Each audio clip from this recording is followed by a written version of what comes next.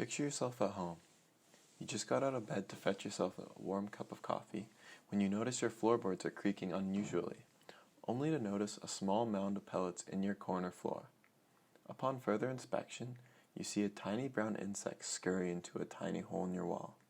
That's right, your home is infested with termites. Termites have one of the worst reputations of all insects, causing over $5 billion worth of damage each year. And that doesn't even include the $2.2 billion spent to control the termites each year. So, why are termites so effective at taking over our homes? Before I answer that question, I'm first going to go over exactly what termites are, their life cycle, and as well as their physiological traits.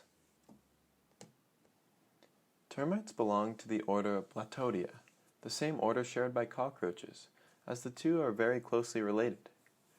Termites are found all over the world, living in all continents except for Antarctica. They are mostly found in warmer climate regions such as the tropics and subtropics. Termites go through incomplete metamorphosis, with their life cycle beginning through king and queen termites swarming in the summertime in search for a mate. Once a pair has been formed, the king and queen will procreate, fertilizing the queen, who will lay her eggs, producing hundreds to thousands a day. Larvae then hatch from the eggs, becoming either worker or soldier termites, not capable of reproduction.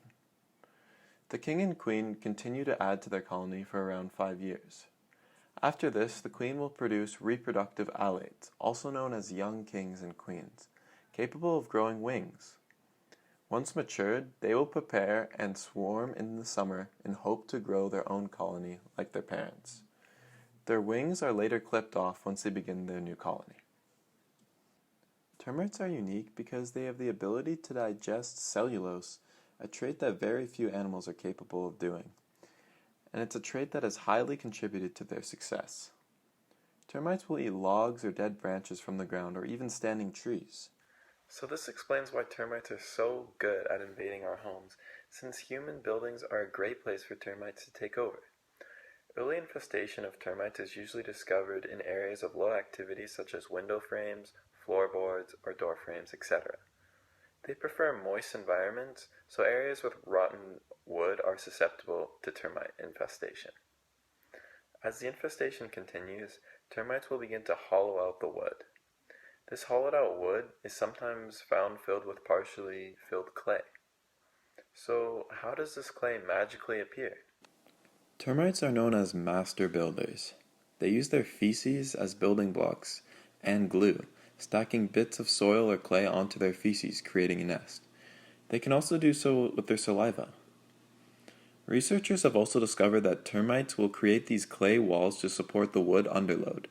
They do this so the wood they are hollowing out through consumption does not collapse, allowing them to eat even more wood. So termites are essentially turning your house into theirs, filled with their feces. It's pretty gross. Besides termites building structures inside our homes, termites are actually more famous for building skyscrapers in the wild. These skyscrapers are known as mounds. And these mounds built by termites are one of the largest and most complex structures built by any animal. Relative to the termite size, the construction of these mounds can be compared to humans building mountains. Termite mounds in Australia have been measured as high as 20 feet in height. In the Democratic Republic of Congo, a mound was found to be 42 feet high and 10 feet in diameter. You are probably wondering why they would expend so much energy into these large buildings. It turns out that termites are similar to humans, as they are not well adapted for survival without some source of shelter. This is because termites lack a thick layer of chitin, something most other insects have. The thick chitin protects insects from desiccation and temperature fluctuations, which is again like humans, as we are missing a thick coat of fur and other biological adaptations. The mound is also used to protect against predators, to store food, and to provide a homeostatic environment.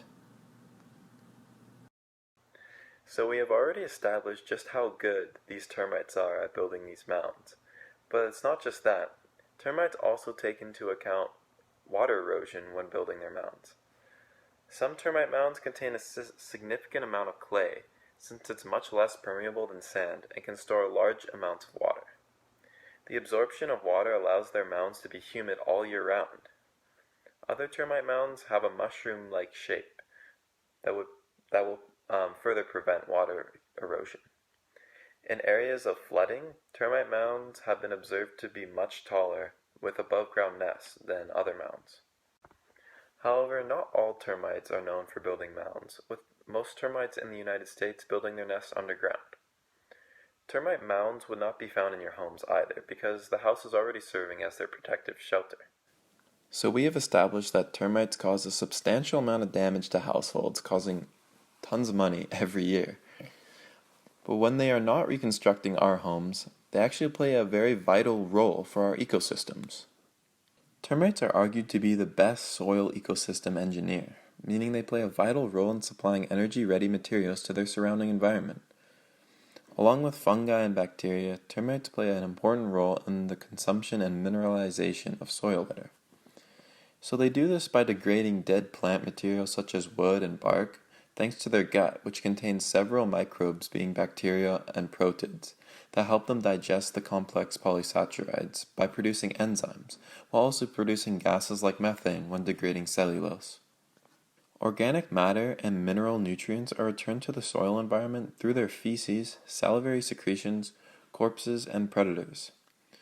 Mortality, particularly from ant predation along with mound erosion, contribute to the redistribution of the organic matter and mineral nutrients in the ecosystem.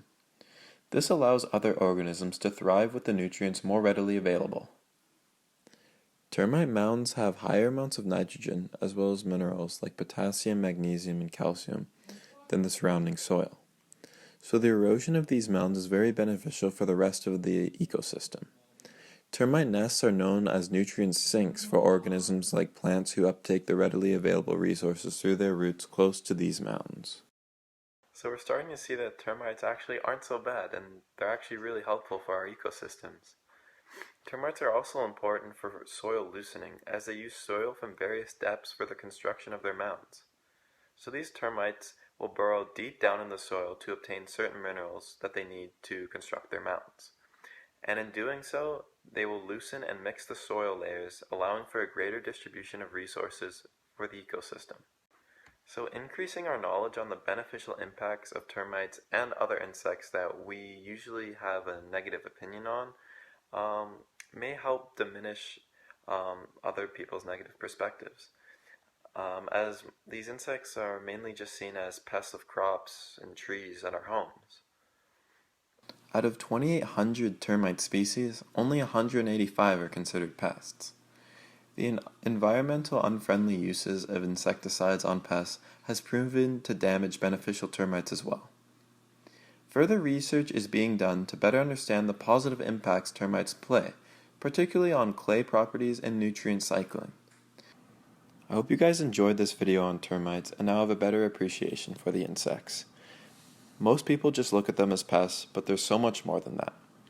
Termites are just one example of insects that get looked down upon, even though they have really important ecological importance for our environment. Thank you guys so much for watching.